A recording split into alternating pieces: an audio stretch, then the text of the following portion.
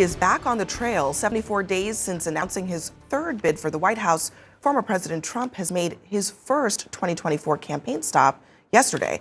His appearances in New Hampshire and South Carolina come as questions have been raised about what has been so far, which is a very slow-moving campaign, concerns that he addressed head-on. They said, he's not campaigning. This is like about a month ago when I announced, well, I said, I got 2 years.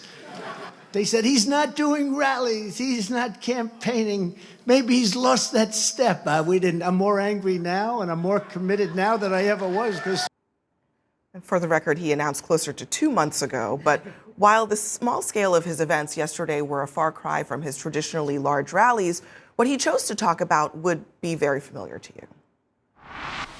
We're going to restore election integrity. We have a woke military that can't fight or win. They're sending people that are killers, murderers. They're sending rapists, and they're sending, frankly, terrorists. We go to New York, nobody ever gets prosecuted. I'm the only one they go after. We have men being encouraged to compete against women in sports. The wind turbines are all made in China. Alex Burns of Politico is back with us on the panel, and so are the wind turbines, killing off the bird population, which is a favorite of Trump's. So, Alex, this is clearly an attempt to kind of jumpstart his campaign, but it was still kind of low energy. Yeah, it really was. And I do think, Abby, in that clip that you just played, there's a really revealing moment where he says, they say that he's lost his step, but don't worry, I'm still really angry.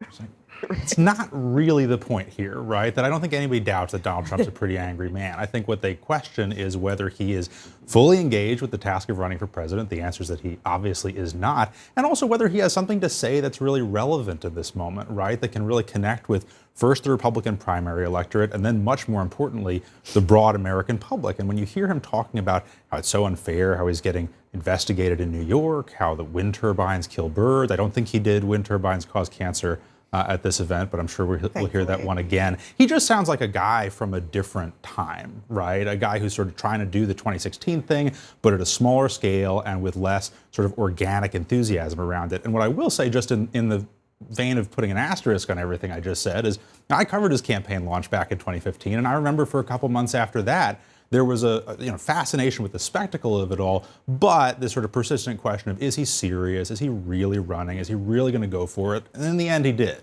Yeah, I don't think we can really make any broad judgments based on what's happening right now. But it does seem to me, David, that he's responding to the environment, which is that other people are thinking about running. He responded to 2 of them yesterday as well. Nikki Haley called me the other day to talk to me. I talked to her for a little while, but I said, look, go by your heart if you want to run. She's publicly stated I would never run against my president. He was a great president. Florida was actually closed for a very long period of time. Remember, he closed the beaches and everything else. It's, they're trying to rewrite history. By they, he means Ron DeSantis. Right. It is interesting because he's clearly searching, I think, Alex, for what you're describing as sort of like a message of sorts that isn't just, let me revisit the greatest hits. And there's no doubt, Abby, to your point, that he's trying to fill the void right now because he's the only declared presidential candidate. And so he wants to set the terms of debate for Haley and DeSantis and start making sure that it's all playing out on his terms. I'm not sure that will be the case, but that is clearly his hope. What is also different, and I just think he is a twice impeached former president who is facing a ton of legal peril right now in multiple investigations. That by its nature, no matter how much he wants to dismiss it, makes him a different Donald Trump in this moment entering this third campaign than we've seen him before. And what exactly is the pitch to voters here? I guess the pitch is that America was great when he was president and he's going to make it great again. I mean, that he has kind of been rehashing a lot of his old hits, policy-wise, at least, when you listen to what he's saying. But I do think there are, to me, questions still about whether or not, I was curious what you said, Alex, because I think that there was a lot of skepticism when he first ran. And I am skeptical now, too. But the one thing that keeps me still pausing is that, nobody else has entered the field yet. There was a lot of enthusiasm ahead of the midterms when I was out talking to voters for Ron DeSantis. People thought he could legislate, that he had a lot of Trump ideas, but he could sort of speak to them in a more eloquent way. Ron DeSantis has not officially entered. Other people are still waiting in the wings. And so, at least for now, there does seem to be this hesitation within the Republican Party to see where he goes. There's absolutely a hesitation on the fact of those other challengers and an uncomfort, even with the reality of a diminished Trump, that he's still not an easy person to run against. But I think another thing has really stuck out for me about this version of the Trump campaign, because there has been real energy on the grassroots Republican side over the speaker fight and over replacing Ronna McDaniel as RNC chair.